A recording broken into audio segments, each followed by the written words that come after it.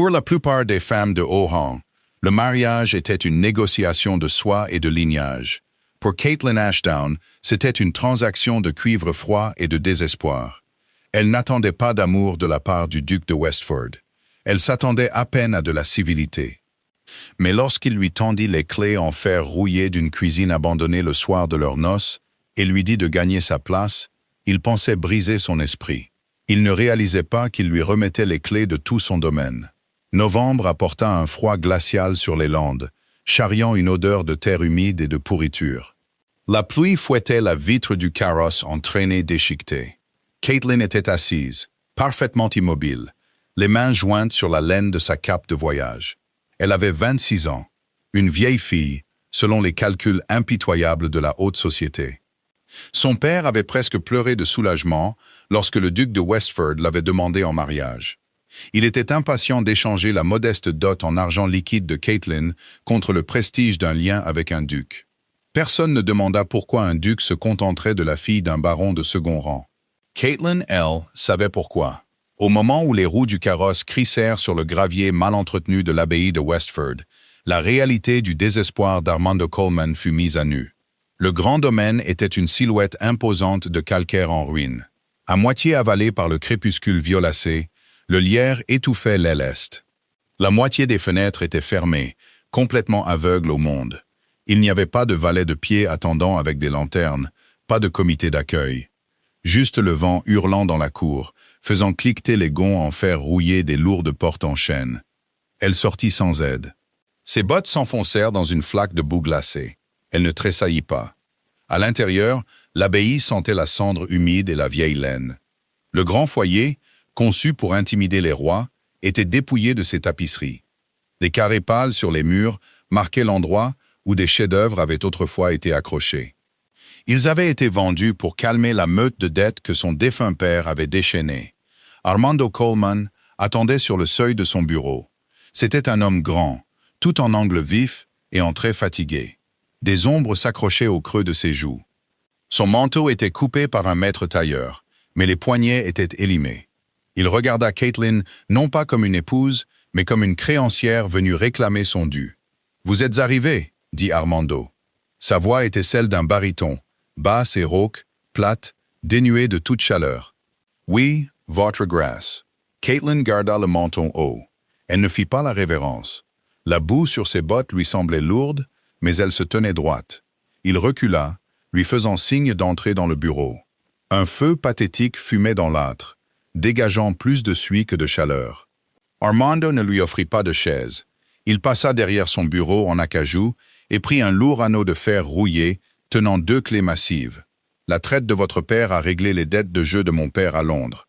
Pour cela, vous avez ma gratitude et vous avez mon titre. Armando laissa tomber les clés sur le bureau. Le fer cliqueta bruyamment dans la pièce silencieuse. Mais si vous vous attendez à des courtisans, des banquets et une vie de loisirs, vous avez été gravement trompé. Il me reste 12 domestiques. Aucun d'entre eux n'est une femme de chambre. Caitlin regarda les clés rouillées. J'ai besoin de très peu de choses, votre grâce. Bien. La mâchoire d'Armando se crispa. Il détestait son sang-froid. Il s'était attendu à des larmes. Il s'était préparé à une crise d'hystérie, à voir une jeune fille gâtée réaliser qu'elle avait acheté une couronne vide. Sa digne tranquillité agaçait ses nerfs à vif.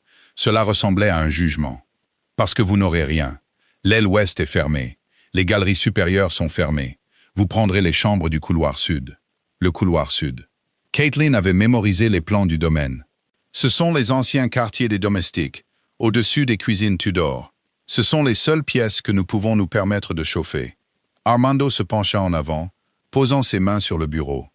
Il voulait la repousser, l'isoler, avant qu'elle ne puisse voir toute l'étendue humiliante de sa ruine. « Je n'ai pas de personnel pour vous servir. La cuisine moderne de l'annexe s'est effondrée l'hiver dernier. Le personnel fait bouillir du chou et de l'avoine sur un foyer dans la buanderie. Si vous voulez mieux, madame, vous êtes libre d'utiliser les anciennes cuisines sous vos quartiers. » Il poussa les clés en fer sur le bois poli. Les cuisines Tudor sont abandonnées depuis 50 ans. Elles sont sales, glaciales et entièrement à vous. Considérez-les comme votre domaine. Si vous voulez manger comme une duchesse, vous devrez gérer vos propres affaires. C'était un renvoi cruel. Une humiliation calculée, destinée à la chasser honteusement dans ses appartements, pour la garder à l'écart pendant qu'il se noyait dans ses registres et sa ruine. Caitlin regarda ses mains. Ses jointures étaient blanches. C'était un homme fier qui se noyait. Il s'en prenait au seul morceau de bois flottant à sa portée. Elle tendit la main et ramassa les clés. Le fer était glacial au toucher. « Le petit déjeuner est à 8 heures, je suppose ?» demanda-t-elle, la voix ferme. Armando cligna des yeux, pris au dépourvu par l'absence de larmes. « Il n'y a pas de petit déjeuner officiel. Il y en aura un, » dit Caitlin. Elle glissa les clés dans une poche profonde, tourna les talons et sortit dans le couloir glacial. La lumière du matin ne se levait pas vraiment sur l'abbaye de Westford. Elle s'infiltrait, grise et réticente, à travers les nuages bas. Caitlin se réveilla dans une chambre qui sentait le moisi.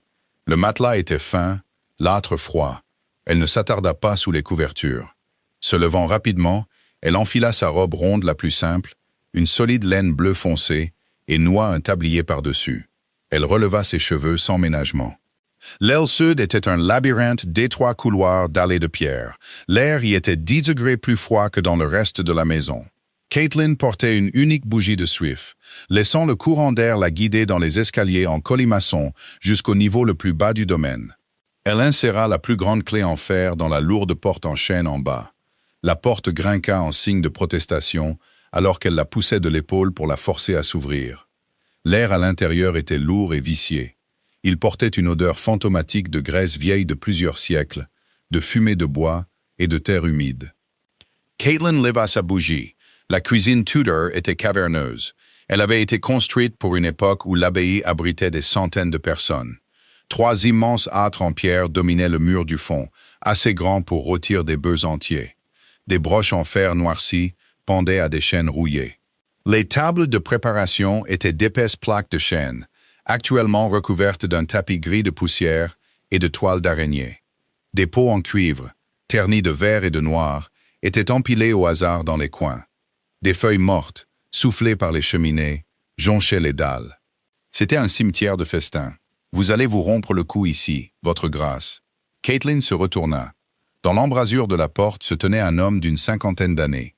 Sa jambe gauche était soutenue par du cuir rigide, et son visage était sillonné de rides profondes et cyniques. Il portait la livrée délavée d'un majordome, bien que ses mains fussent brutes et calleuses comme celles d'un terrassier. « Et vous êtes ?» demanda Caitlin. « Thorbin Ortiz, régisseur, majordome, jardinier, tout ce dont le duc a besoin quand les autres rats quittent le navire. » Ortiz entra dans la pièce en boitant, écartant un balai miteux d'un coup de pied. « Sa grâce m'a dit qu'il vous avait donné les clés. C'est une mauvaise blague, madame. Ne le prenez pas à cœur. Remontez.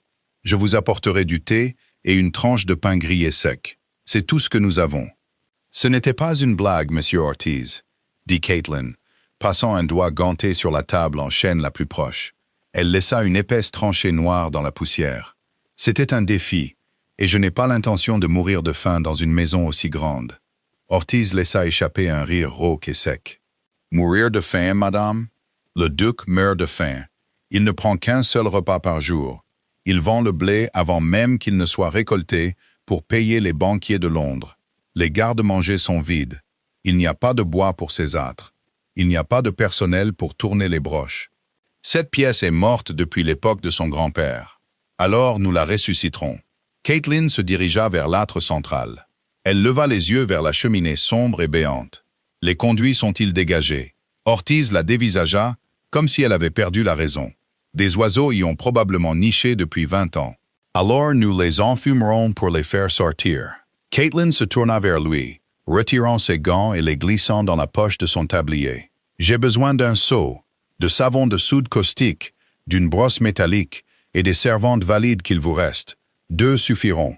J'ai 3 soubrettes de cuisine complètement sauvages et un garçon qui fend des bûches, » dit Ortiz en croisant les bras. « Et aucun d'eux ne reçoit d'ordre d'une dame qui joue à la maîtresse de maison dans la suie. »« Je ne joue pas, monsieur Ortiz. » La voix de Caitlin baissa, perdant son vernis poli.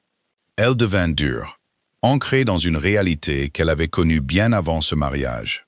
Sa famille avait été pauvre, désespérément pauvre, cachant leur col usé derrière des portes closes. Elle savait comment faire durer un shilling. Elle savait comment frotter un sol. Je suis la duchesse de Westford. Mandat acheté à votre maître une année de plus pour prétendre qu'il n'est pas ruiné. Je ne resterai pas assise dans une pièce glaciale à attendre qu'il me permette de manger du pain grillé sec. Maintenant, allez chercher la soude. La mâchoire d'Ortiz se contracta. Il regarda ses mains. Elles n'étaient pas douces. Il y avait de légères et anciennes marques de brûlure sur ses poignets. Il fit un lent hochement de tête mesuré. « Comme vous voudrez, votre grâce. » Pendant les 4 jours suivants, Caitlin ne vit pas son mari. Elle vécut pratiquement dans l'obscurité caverneuse des anciennes cuisines. C'était un travail brutal, éreintant. Aux côtés de 2 soubrettes de cuisine déconcertées et frigorifiées, nommées Martha et Jane, elle frotta un demi-siècle de crasse sur les pierres. Caitlin s'agenouilla sur le sol glacial, les mains plongées dans des seaux et des seaux de soude caustique et corrosive. Ses jointures se gerçaient et saignaient. Les servantes, d'abord maussades et réticentes, se turent en voyant la duchesse travailler 2 fois plus dur qu'elle, essuyant la sueur et la suie de son front avec un avant-bras noirci. Elles nettoyèrent les cheminées. Un déluge terrifiant de feu mort, de brindilles et de décennies de suie s'effondra dans les âtres, étouffant la pièce d'une poussière noire pendant tout un après-midi. Elles pelletèrent le tout dehors. Elles frottèrent les tables en chêne avec du sable et du vinaigre, jusqu'à ce que le beau bois pâle brille à travers la négligence. Ortiz observait depuis le seuil, appuyé sur sa canne. Il ne se moqua plus d'elle. Le 3e jour, sans qu'on le lui demande, il apporta un fagot de lourdes bûches de chêne sec et les empila près de l'âtre central. À la fin du 4e jour, la cuisine était propre.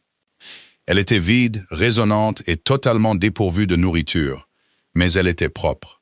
Caitlin se tenait au centre de la pièce, le dos lui faisant violemment mal, ses muscles tremblant d'épuisement. Elle regarda l'immense chaudron de fer vide, suspendu au-dessus de l'âtre central. « Maintenant » souffla Caitlin, son souffle formant un nuage dans l'air glacial. « Nous avons besoin de quelque chose à cuisiner. » La fierté était un luxe coûteux, et Armando Coleman ne pouvait plus se le permettre. Il était assis à son bureau, fixant les registres reliés en cuir. Les chiffres étaient une condamnation à mort à l'encre noire. L'hiver allait être brutal. Il avait vendu ses derniers chevaux reproducteurs la veille, juste pour couvrir les intérêts des hypothèques du Nord. Il avait intentionnellement évité sa nouvelle femme. La culpabilité lui rongeait les côtes, serrée et inconfortable. Il savait qu'il avait été sauvage avec elle le soir de son arrivée. Il lui avait donné une ruine abandonnée pour l'humilier, espérant qu'elle exigerait de retourner à Londres, espérant qu'il n'aurait pas à regarder la femme dont il avait englouti entièrement la modeste dot, juste pour survivre au mois. Mais Caitlin ne s'était pas plainte. En fait, il n'avait pas entendu un son de l'aile sud. Elle est probablement blottie sous ses couvertures, en pleurs, pensa amèrement Armando, en se frottant les tempes. Je vais demander à Ortiz de lui monter du thé. Il se leva, avec l'intention de tirer le cordon de la sonnette. Puis il s'arrêta. Une odeur s'infiltrait sous la lourde porte en chêne de son bureau. Armando ferma les yeux. Cela faisait des années que l'abbaye ne sentait que la poussière, la laine humide et le chou bouilli. Mais ceci, c'était l'arôme riche et enivrant de graisse rôtie, d'oignons fondant dans le beurre, d'ail, de thym et de viande rouge mijotant dans un bouillon épais. Son estomac se contracta violemment. Il déglutit difficilement, sa bouche s'emplissant de salive d'une manière qui semblait totalement involontaire. Il ouvrit la porte de son bureau. Le couloir était glacial, mais l'odeur était plus forte ici. Elle montait des niveaux inférieurs. En bas, dans les cuisines Tudor, un feu vrombissait pour la première fois en 50 ans. Caitlin se tenait devant l'âtre central, la chaleur faisant rougir son visage pâle. La simple ampleur du feu projetait une lumière dorée, dansante sur la vaste pièce en pierre, repoussant le froid humide qui y vivait depuis des décennies. Obtenir les ingrédients lui avait coûté l'épingle à cheveux en perles que sa grand-mère lui avait donnée.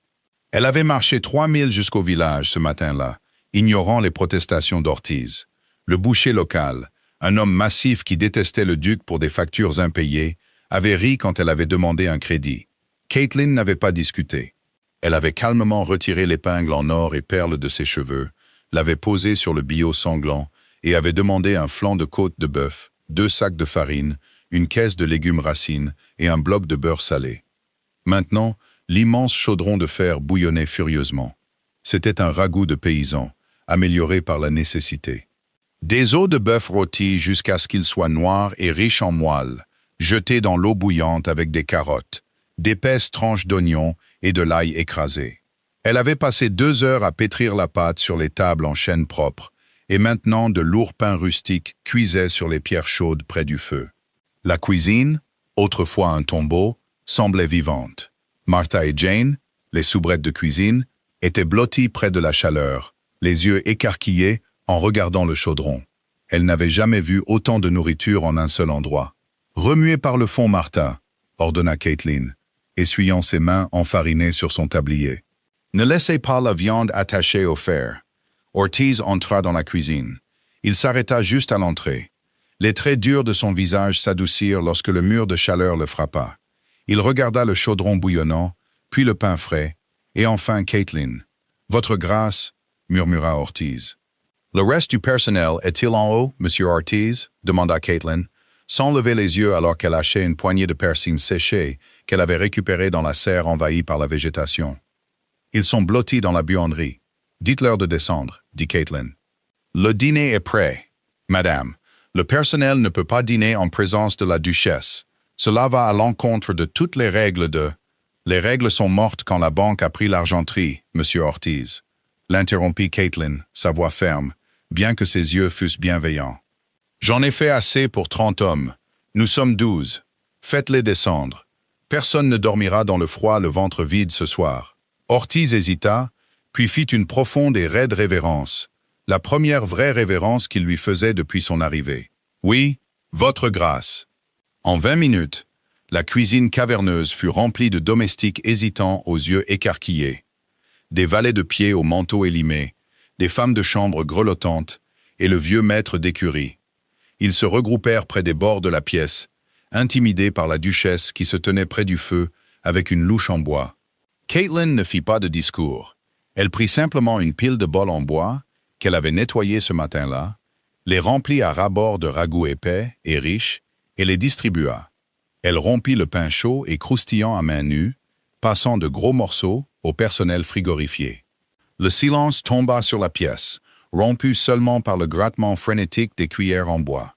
Caitlin prit un bol pour elle-même, s'asseyant sur un tabouret bas en bois près du feu. Son dos hurlait d'agonie. Ses mains la lançaient à cause de la soude, mais le bouillon chaud glissant dans sa gorge avait le goût d'une victoire. Elle regarda vers l'entrée. Debout dans l'ombre de l'arche de pierre, complètement caché du personnel mais visible pour elle, se tenait Armando.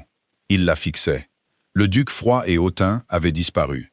À sa place, se trouvait un homme regardant un miracle se produire dans le sous-sol de sa vie en ruine. Il regardait les lourds bols de nourriture, son personnel affamé mangeant à sa faim, puis ses yeux se fixèrent sur Caitlin. Caitlin soutint son regard. Elle ne sourit pas. Elle ne lui offrit pas de bol. Elle s'assit simplement près du feu qu'elle avait construit dans la ruine qu'il lui avait donnée, et mangea. Armando déglutit difficilement, sa gorge se nouant. Il resta là un long moment, l'odeur du foyer l'enveloppant. Puis, lentement, il recula dans l'ombre et remonta les escaliers, laissant sa fierté saigner sur le sol en pierre. La glace recouvrait les fenêtres à meneaux du bureau, formant des griffes déchiquetées et opaques qui bloquaient le soleil du matin. Armando Coleman était assis à son bureau en acajou, un registre ouvert devant lui, l'encre se brouillant en un essaim insignifiant de chiffres noirs. Il n'avait pas dormi. Son estomac, complètement creusé par la fierté et une maigre ration de pain rassis, se tordait en nœuds physiques aigus. En dessous de lui, au plus profond des fondations de l'abbaye, il pouvait entendre un son qui avait été totalement absent de sa maison pendant 5 ans. C'était le faible rythme étouffé de la vie. Le bruit sourd d'un lourd couteau rencontrant un billot, le grattement lointain du fer sur la pierre, le murmure occasionnel et feutré de voix. Ses domestiques, sa suite misérable et réduite, ne traînaient plus dans les couloirs supérieurs glaciales, ressemblant à des fantômes attendant la potence. Ils avaient tous migré vers les cuisines Tudor. Ils avaient migré vers elle. Ortiz entra dans le bureau sans frapper. Le vieux régisseur portait un plateau d'argent sur lequel se trouvait une seule tasse de thé et une fine et misérable tranche de pain sec. Armando fixa le pain.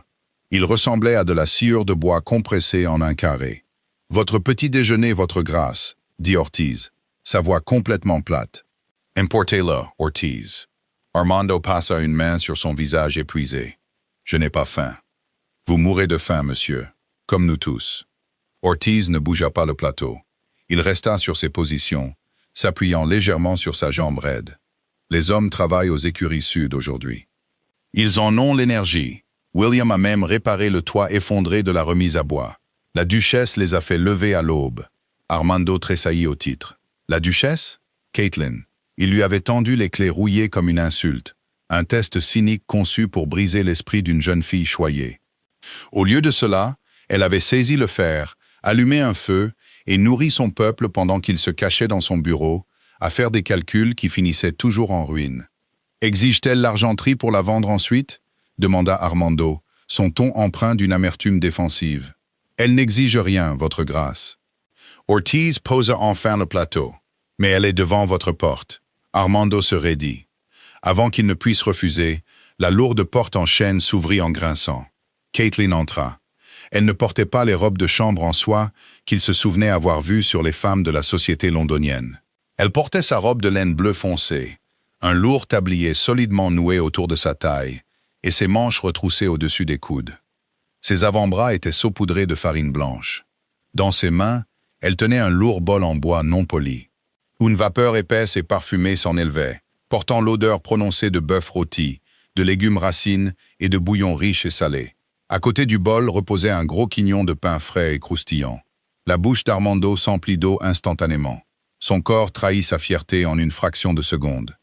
Caitlin se dirigea vers le bureau, poussa doucement son registre accablant sur le côté et posa le bol en bois devant lui. « Mangez » dit-elle. Ce n'était pas une demande. Armando fixa la vapeur qui s'élevait du bouillon sombre. « Je vous ai dit à votre arrivée, madame, que nous n'avions pas les provisions pour cela. Si vous avez déjà dépensé la pension de votre dot pour un seul festin pour le personnel, vous êtes une idiote. J'ai dépensé une épingle à cheveux en perles, le corrigea Caitlin, sa voix parfaitement égale. Cela nous a acheté assez de bœuf et de farine pour 4 jours si nous allongeons le bouillon. 3 jours si vos hommes continuent à faire des travaux pénibles. Mais je ne suis pas une magicienne, Armando. Quand la farine sera finie, elle sera finie. J'ai besoin d'un approvisionnement durable, et le boucher du village n'accordera pas de crédit à ce domaine. Elle utilisa son prénom. Cela le dépouilla de son titre, ne laissant qu'un homme et une femme négociant leur survie dans une pièce glaciale. Armando leva enfin les yeux vers elle. Son visage était pâle, sans fard ni poudre, mais ses yeux étaient vifs, calculateurs et totalement sans peur de lui. Il réalisa alors qu'elle n'était pas une fleur fragile de Londres. Elle était du fer déguisé en soie. « Je n'ai pas d'argent, Caitlin. Les caves d'hiver sont vides. Je ne demande pas d'argent. » Caitlin posa ses mains à plat sur le bureau, se penchant. « Je demande l'accès aux ressources dormantes du domaine. La terre n'est pas morte. Elle est simplement mal gérée. » Elle plongea la main dans la poche de son tablier et en sortit un petit morceau de parchemin plié. Elle le jeta sur le bureau à côté du bol de ragoût. C'était une liste écrite d'une écriture précise et nette. « Voici mes conditions si je dois empêcher votre maisonnée de geler ou de mourir de faim d'ici Noël, » dit Caitlin. Armando regarda le papier. Les clés de l'armurerie, un accès illimité aux fusils de chasse, une carabine de chasse et de la poudre sèche, la réserve de chasse, la permission d'abattre les cerfs et de piéger les lapins dans les bois de l'Est, la cave à légumes racines, les lourdes clés en fer des caves scellées sous l'ancienne serre, la main-d'œuvre. Le jardinier et les 2 valets de pied doivent se présenter à la cuisine à l'aube pour fendre du bois. Armando laissa échapper un souffle rauque et incrédule. « Vous voulez braconner sur vos propres terres? Je n'ai pas de garde-chasse. L'homme est parti il y a 1 an quand je ne pouvais plus payer son salaire. Qui exactement avez-vous l'intention d'envoyer dans les bois glaciales pour tirer sur un cerf? » William, le garçon a peur de sa propre ombre. Caitlin ne cilla pas. Elle le regarda de haut, son regard parcourant ses larges épaules, l'évaluant avec une brutalité pratique. « Vous avez 2 jambes, 2 bras et un œil qui fonctionne, votre grâce. Ou bien ne tirez-vous sur les oiseaux que lorsque d'autres hommes les lèvent pour le plaisir de la chasse. » Le silence tomba sur le bureau, épais et suffocant. Ortiz, toujours debout près de la porte, trouva soudain l'architecture du plafond absolument fascinante. Armando la dévisagea, la colère montant dans sa poitrine. C'était une insulte, un défi direct à sa virilité et à son utilité. Il était un duc. Il ne fouillait pas dans la boue pour trouver son souper. « Je gère les créanciers », dit Armando, les dents serrées. « J'essaye de sauver cette maison. »« Vous coulez avec elle », répliqua Caitlin, refusant de reculer. « Et vous entraînez votre peuple avec vous. Un registre ne remplit pas un estomac, Armando. Mangez le ragoût, puis prenez votre carabine. Nous avons besoin de viande. » Elle tourna les talons et sortit du bureau, le bruit de ses bottes résonnant sèchement sur le plancher. Ortiz fit une rapide et brève révérence et se précipita dehors après elle. Armando resta seul dans la pièce glaciale. Il regarda le registre, un océan de dettes sans espoir. Puis il regarda le bol de ragoût fumant. Sa main trembla en prenant la cuillère en bois. Il prit une bouchée. La chaleur riche et savoureuse explosa dans sa bouche, glissant dans sa gorge et frappant son estomac vide comme une explosion d'énergie pure. C'était la meilleure chose qu'il ait goûtée depuis des années. Il ne s'arrêta pas pour respirer. Il mangea comme un animal affamé, raclant le bol et utilisant le pain croustillant pour saucer les dernières gouttes de graisse. Quand il eut fini, il se rassit, la chaleur rayonnant dans sa poitrine. Il regarda le morceau de parchemin que Caitlin avait laissé. Lentement, Armando se leva, se dirigea vers la lourde armoire en chêne dans le coin de son bureau et la déverrouilla. Il passa devant les épées de cérémonie et sortit une lourde carabine de chasse à double canon. Le givre craqua violemment sous le cuir épais des bottes d'Armando, brisant le silence de mort des bois de l'Est. Le froid était absolu, un vent glacial et mordant qui transperçait son manteau de laine. Il marchait depuis 3 heures. Ses doigts, agrippés au canon d'acier gelé de la carabine, étaient complètement engourdis. Il n'avait pas traqué un animal lui-même depuis qu'il était enfant, suivant le maître de chasse de son père. Maintenant, il n'y avait ni chien, ni rabatteur, juste un homme désespéré, traquant la lisière des arbres, priant pour une erreur de la faune locale. Il trouva les traces près d'un ruisseau à moitié gelé, un cerf. Armando ralentit sa respiration, se mettant à 4 pattes. La posture aristocratique qu'on lui avait inculquée depuis sa naissance était totalement inutile ici. Il rampa à travers la fougère humide, son pantalon se trempant de boue glacée. Il s'en moquait, il était entièrement concentré sur la chasse. 1 heure plus tard, la détonation de sa carabine résonna dans la vallée creuse. Quand Armando retourna à l'abbaye, le soleil saignait déjà d'un violet contusionné à l'horizon.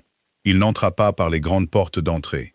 Il contourna entièrement la cour d'honneur, traînant ses jambes lourdes et épuisées vers l'entrée des domestiques à l'arrière du domaine.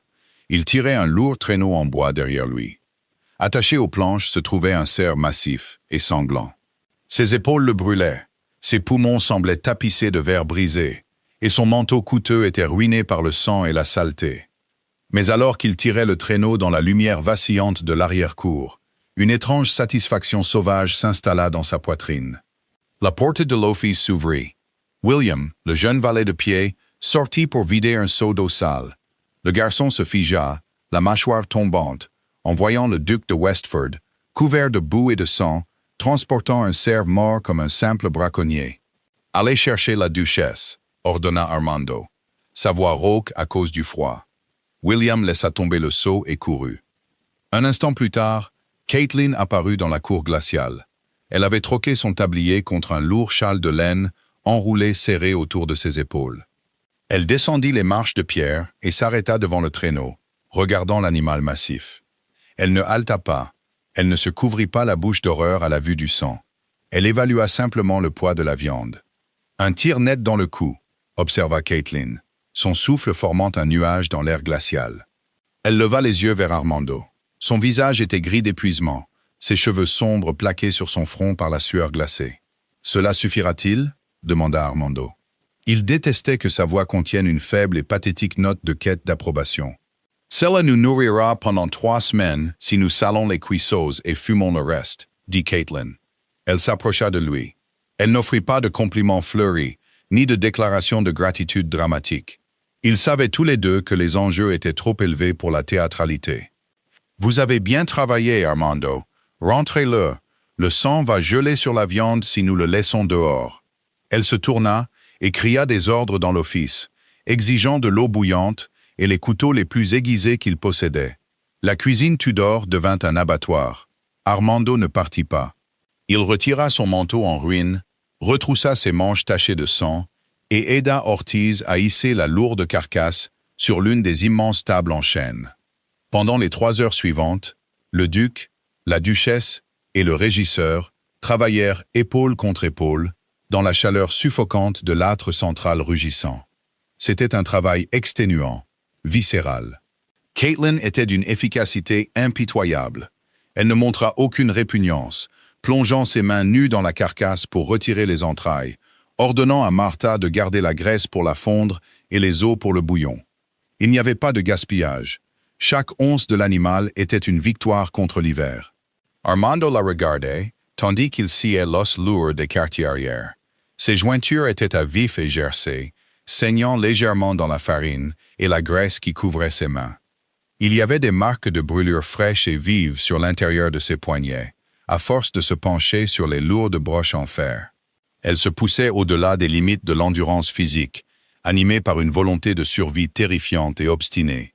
À minuit, la viande était dépecée, salée et suspendue dans les garde-manger froids en pierre, attenant à la cuisine. Le personnel s'était effondré dans leur lit, épuisé, mais certain de ne pas mourir de faim le lendemain. La cuisine était vide, à l'exception des braises basses et mourantes de l'âtre central, projetant une lueur orange terne sur les tables en chêne fraîchement nettoyées. La lourde odeur de fer et de fumée de bois flottait dans l'air. Armando descendit les marches de pierre de son bureau, portant une simple cruche d'eau en céramique. Il était monté pour se laver, mais les étages supérieurs étaient complètement morts, glacials et vides. La seule chaleur de tout le domaine se trouvait ici.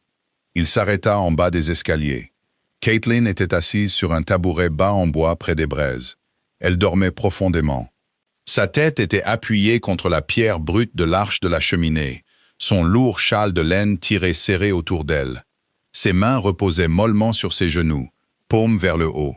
Armando s'approcha, ses bottes ne faisant aucun bruit sur les dalles. Il baissa les yeux sur ses mains. Dans la faible lumière des braises, les dégâts étaient indéniables. Des ampoules dues au savon de soude, des brûlures des pots en fer, des callosités profondes et douloureuses, se formant sur une femme qui avait été élevée pour jouer du pianoforte et servir le thé. Elle se détruisait pour maintenir sa maisonnée en vie. Armando posa la cruche d'eau sur la table. Il se pencha et, doucement, très prudemment, prit ses mains dans les siennes.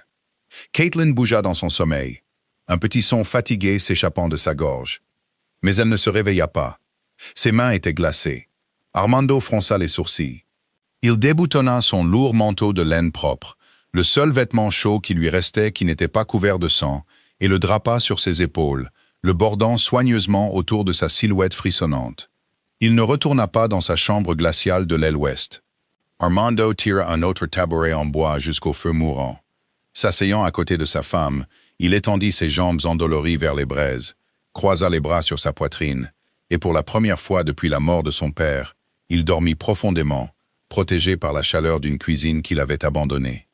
Décembre resserra son emprise sur la vallée, gelant les traces boueuses de la cour en crêtes traîtresses de glace solide. Les landes devinrent d'un blanc brillant et aveuglant sous une épaisse couche de neige. À l'intérieur de l'abbaye de Westford, la géographie du pouvoir avait fondamentalement changé. Les grands salons et les galeries supérieures dorées et glaciales étaient entièrement abandonnés aux fantômes. La vie, la chaleur et la survie étaient concentrées dans les caverneuses cuisines Tudor. Caitlin se tenait devant l'âtre central, évaluant leur garde-manger suspendu. Les venaisons tenaient bon, lourdement salées et se balançant doucement au crochet de fer dans le garde-manger froid. Mais les protéines seules ne suffiraient pas à soutenir des hommes fendant des bûches par des températures glaciales. La farine était dangereusement basse. Les légumes racines étaient presque épuisés. Les clés des caves de la serre, dit Caitlin, tendant la main à Ortiz. Le vieux régisseur soupira, son souffle visible dans l'air frais du couloir, juste à l'extérieur de la chaleur intense de la cuisine. Les serrures sont complètement rouillées, votre grâce. Le dernier jardinier a perdu la clé dans la boue il y a 10 ans, et nous avons simplement barricadé la porte. Alors nous l'ouvrirons de force. Un lourd pied de biche en fer glissa sur la table de préparation en chêne avec un bruit sourd et métallique. Caitlin se retourna. Armando se tenait là, portant un lourd pull de laine qui avait connu des jours meilleurs, les manches retroussées jusqu'au coude. La pâleur aristocratique qu'il portait comme un linceul le jour de leur mariage avait disparu. Une semaine de travail acharné et de repas corrects avait redonné des couleurs à ses joues. Il avait l'air dangereux, capable et entièrement éveillé. « Montrez-moi la porte » dit Armando. Tous les trois sortirent dans le vent mordant, traversant l'étendue gelée des jardins à la française en ruine. Le verre de la serre s'était brisé des années auparavant, laissant une structure de fer squelettique dépassant de la neige comme les côtes d'un léviathan mort. En dessous, à moitié enfouies sous une congère, se trouvaient les lourdes portes de chêne menant aux caves à légumes racines souterraines. Armando ne prit pas la peine de chercher une clé. Il coinça le bord plat du pied de biche dans l'espace gelé entre le bois et le cadenas en fer rouillé. Il cala ses bottes contre le cadre en pierre, son souffle sortant en courtes bouffées blanches, et se jeta de tout son poids en arrière. Le bois se fendit, le métal rouillé poussa un cri aigu, et le cadenas se brisa, rebondissant sur la glace. Armando ouvrit les lourdes portes, révélant un escalier de pierre plongeant dans l'obscurité absolue.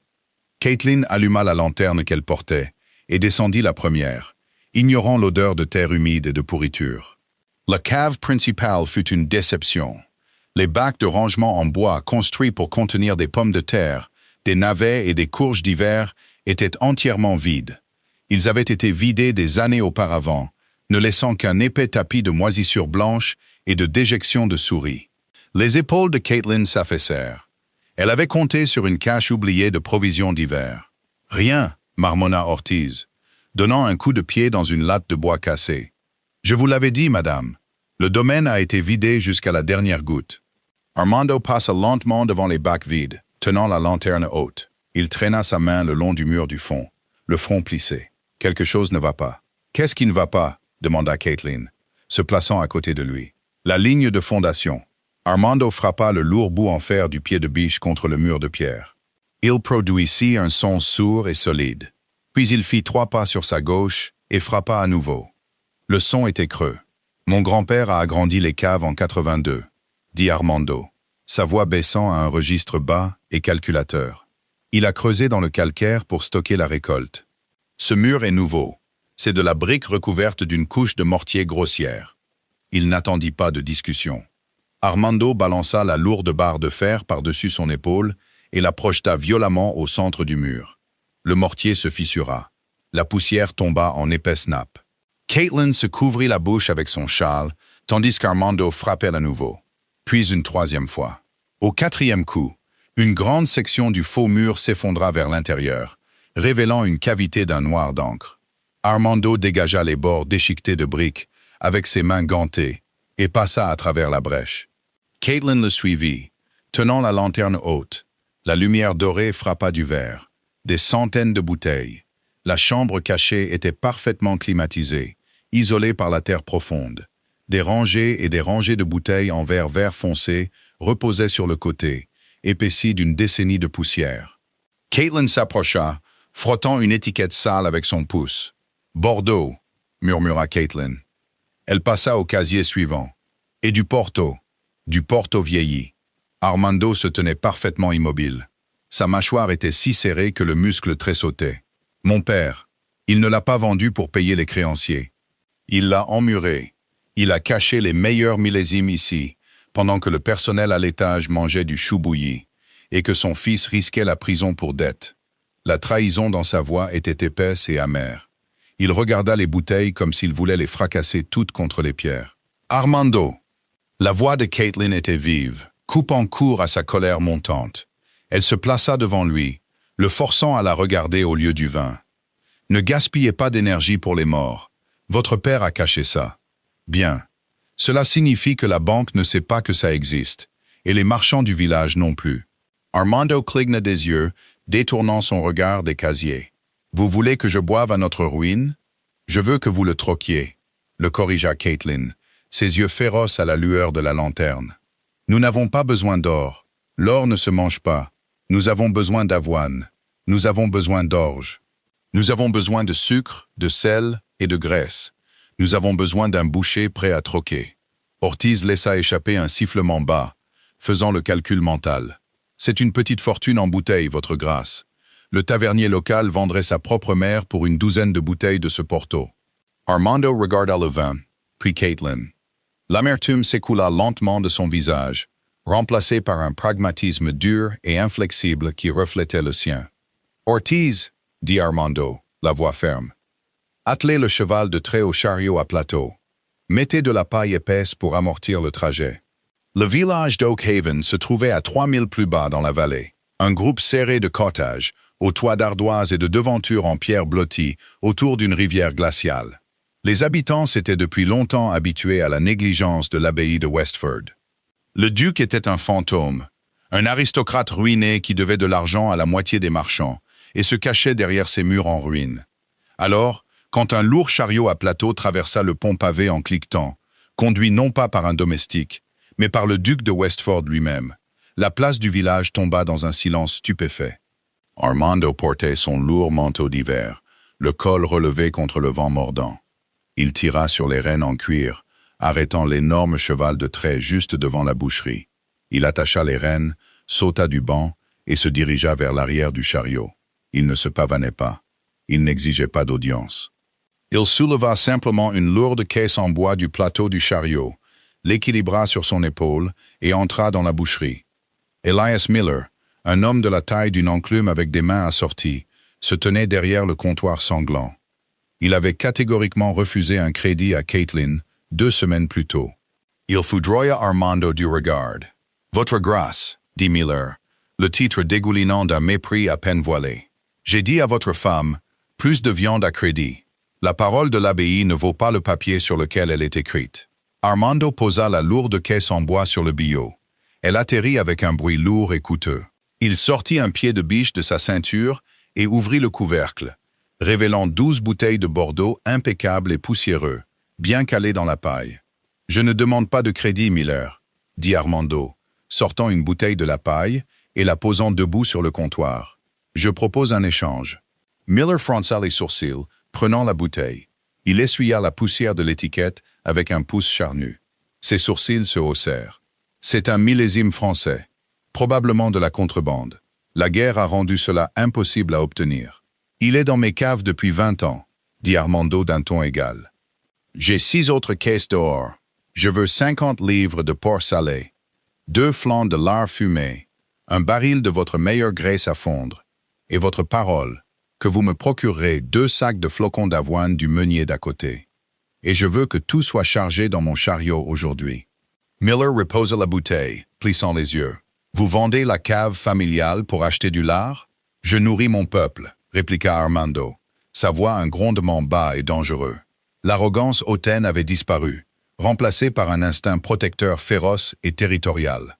Ferez-vous l'échange, ou dois-je l'emmener à la taverne au bout de la rue et le laisser racheter votre stock de viande avec les bénéfices? Miller regarda le duc. Il vit les callosités se former sur les mains du noble.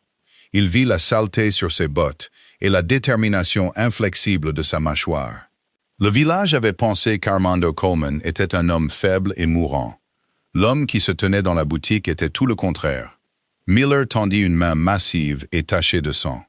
« Marché conclu, votre grâce. » En milieu d'après-midi, le chariot était lourd de provisions. Des sacs de farine, d'avoine, de sel, une énorme meule de fromage à pâte dure et d'épaisses tranches de viande séchée remplissaient le plateau.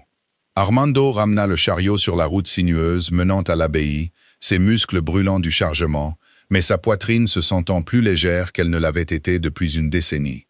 Il garda le chariot dans l'arrière-cour, juste au moment où le soleil commençait à se coucher, projetant de longues ombres violettes sur la neige. Caitlin attendait sur les marches de pierre. Elle avait entendu le craquement lourd des roues du chariot sur la glace. Elle descendit, regardant à l'arrière du chariot. Quand elle vit le volume de nourriture, son souffle se coupa. Elle tendit la main, posant une main gantée sur un énorme sac de farine.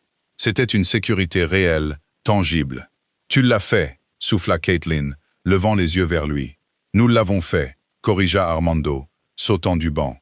Il fit signe à Ortiz et William de commencer à décharger les provisions. Mais avant de les rejoindre, il plongea la main au fond de la poche de son lourd manteau. Il en sortit un petit paquet de papier grossièrement ficelé et le tendit à Caitlin. « Qu'est-ce que c'est » demanda-t-elle en hésitant. « Ouvre-le » Caitlin défit la ficelle grossière. À l'intérieur du papier brun se trouvait une petite boîte de thé noir. De vraies feuilles de thé, non frelatées, pas les racines amères qu'il faisait bouillir, et 3 petits et précieux morceaux de sucre cristallisé. Elle le fixa, une tension soudaine et inconnue lui serrant la gorge. Elle avait affronté la cuisine glaciale sans une larme. Elle avait dépecé un cerf sans sourciller. Mais ce petit luxe, complètement inutile, acheté avec le maigre moyen de pression qui lui restait, brisa son armure. « Armando, murmura-t-elle, la voix rauque, tu n'as pas arrêté de travailler depuis le moment où je t'ai donné ces clés, dit Armando doucement, s'approchant assez près pour qu'elle puisse sentir la chaleur qui émanait de sa poitrine. Je voulais que tu aies un moment de chaleur que tu n'aurais pas eu à créer toi-même. Caitlin leva les yeux. La barrière froide et cynique entre eux s'était complètement dissoute. Elle ne dit pas « merci ». Les mots semblaient trop petits. Au lieu de cela, elle replia soigneusement le paquet de papier, le glissa dans son tablier et fit un signe de tête vers les lourds sacs dans le chariot. « Alors rentrons tout ça », dit Caitlin, un sourire féroce et sincère se dessinant enfin sur son visage. « Je prépare un vrai rôti ce soir. La 3e semaine de décembre, la cuisine Tudor avait développé une force gravitationnelle distincte et indéniable. Le reste de l'abbaye de Westford restait un tombeau gelé de meubles recouverts de draps et de couloirs résonnants, mais les niveaux souterrains bourdonnaient d'une vie féroce et concentrée. Ça sentait la survie. Les arômes lourds et réconfortants d'avoine cuite, de graisse fondue et de romarin séché flottaient dans l'air chaud. La hiérarchie sociale du domaine s'était complètement désintégrée, consumée dans l'immense âtre central. William, le jeune valet de pied nerveux, ne se tenait plus au garde-à-vous. Il fendait du bois avec une confiance rythmique et régulière, ses épaules s'élargissant grâce au travail quotidien. Martha et Jane, autrefois maussades et sauvages, riaient en pétrissant de la pâte lourde sur les tables en chêne. Même Ortiz boitait moins, son cynisme adouci par la simple nouveauté d'un estomac plein. Armando avait complètement abandonné son bureau.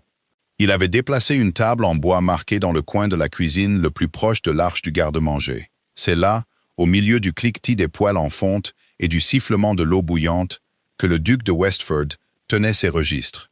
Il ne portait plus ses manteaux sur mesure. Il portait de la laine grossière, les manches de sa chemise perpétuellement retroussées, exposant des avant-bras noueux de nouveaux muscles acquis, en transportant de l'eau et en dépeçant de la viande. Il observait Caitlin. Il essayait rarement de le cacher maintenant. C'était une force de la nature enveloppée dans un tablier saupoudré de farine.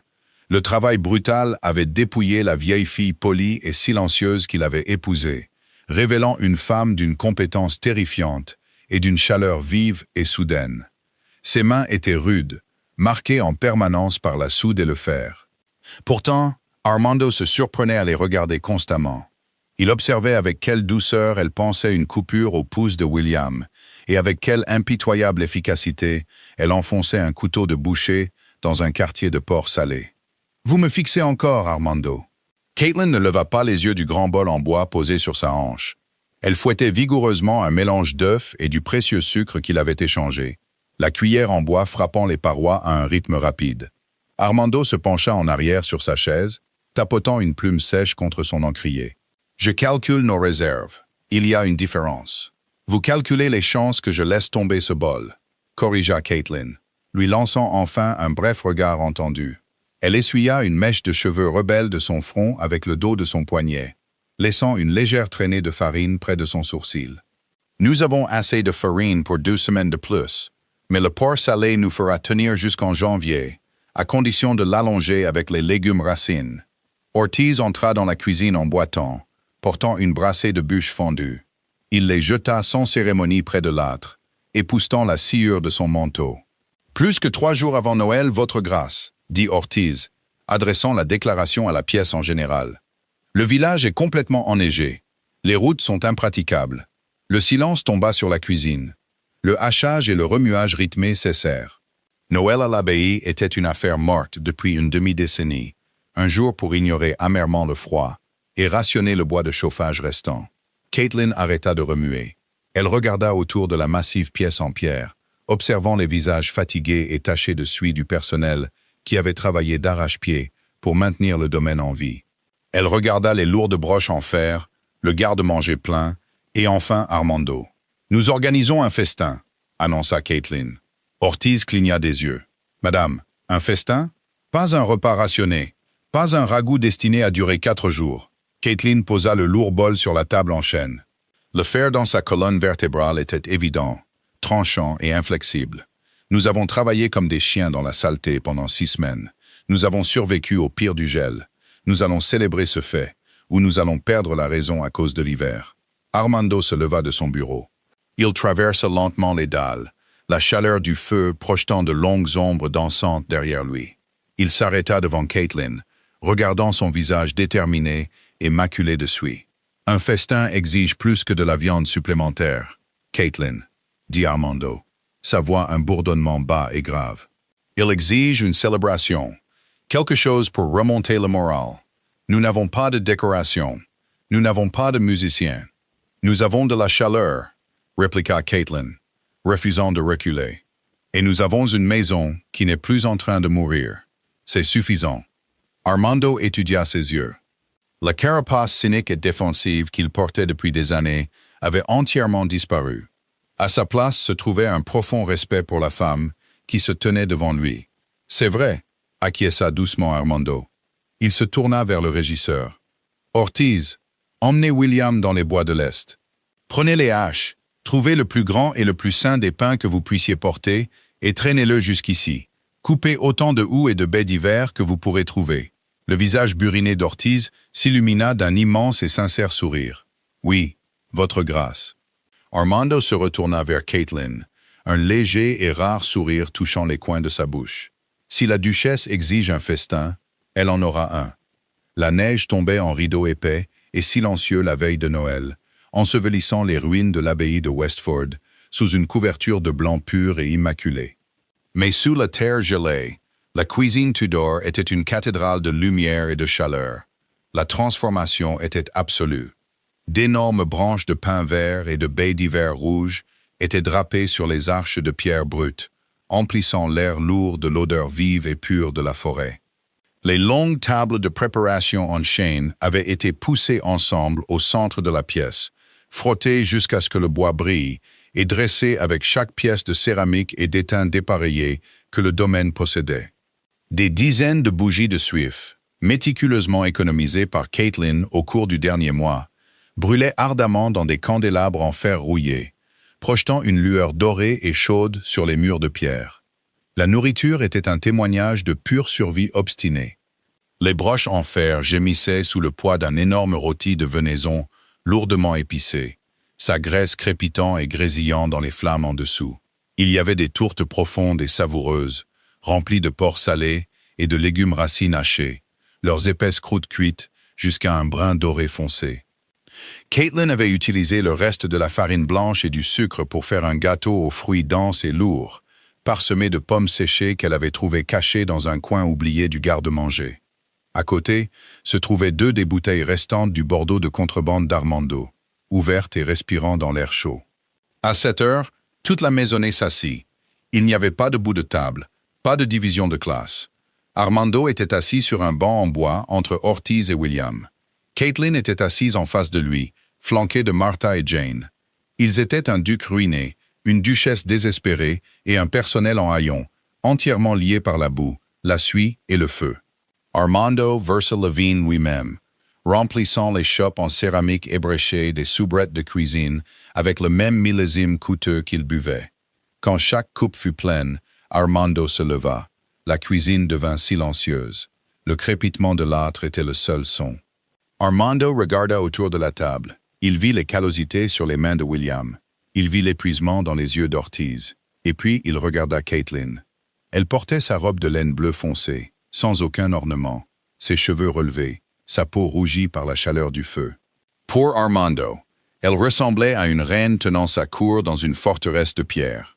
Il y a 2 mois, commença Armando, sa voix ferme, résonnant légèrement contre le plafond voûté. Je me tenais dans un couloir glacial à l'étage, et j'ai tendu à ma femme un jeu de clés rouillées. Je l'ai fait parce que j'étais un lâche. J'étais un homme fier qui se noyait, terrifié par ma propre ruine, et je voulais la lui cacher. Je lui ai donné une ruine abandonnée, m'attendant pleinement à ce qu'elle s'effondre. Il fit une pause, sa gorge se nouant.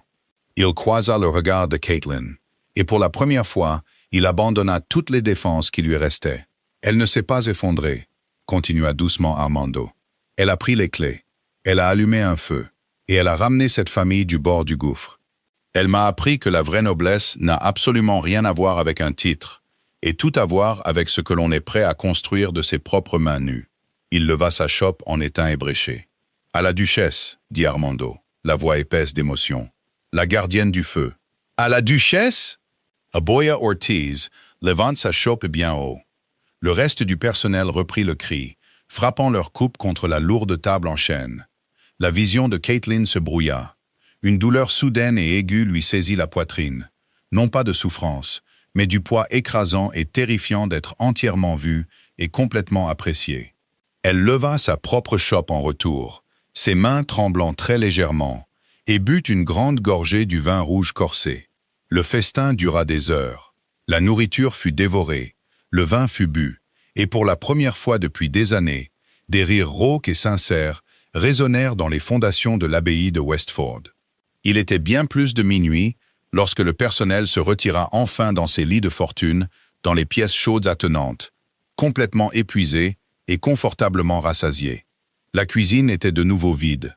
Le grand âtre central s'était consumé en un épais lit de braise rouge et ardente.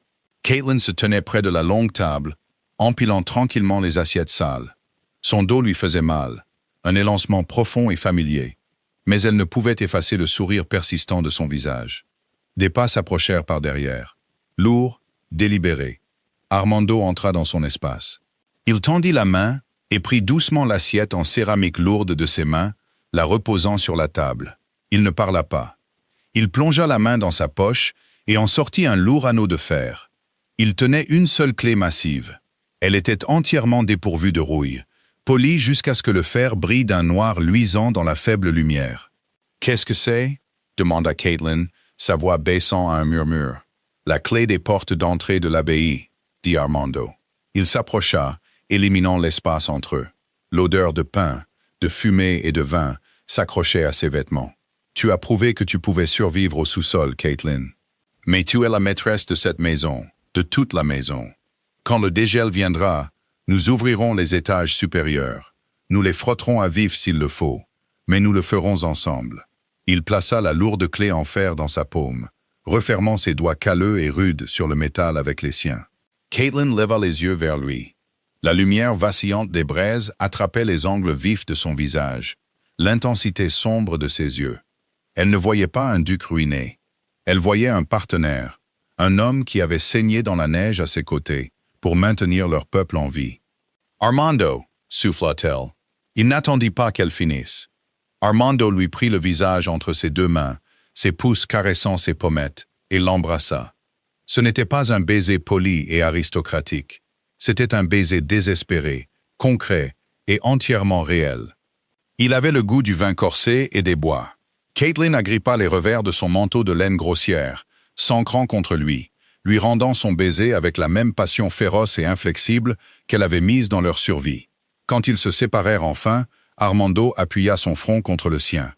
Ils respiraient tous les deux fort, debout au centre d'une cuisine oubliée qui était devenue le centre de leur monde. « Joyeux Noël, Caitlin » murmura Armando. Caitlin sourit, la lourde clé en fer serrée dans son poing. « Joyeux Noël, Armando » L'hiver faisait rage à l'extérieur des épais murs de pierre, amer et impitoyable. Mais en bas, dans les fondations, le feu rugissait, et le froid ne les toucherait plus jamais.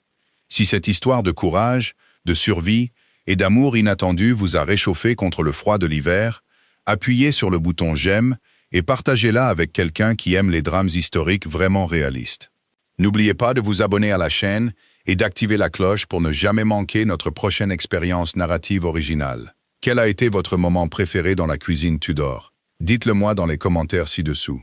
Je les lis absolument tous. D'ici la prochaine fois, restez au chaud et entretenez la flamme.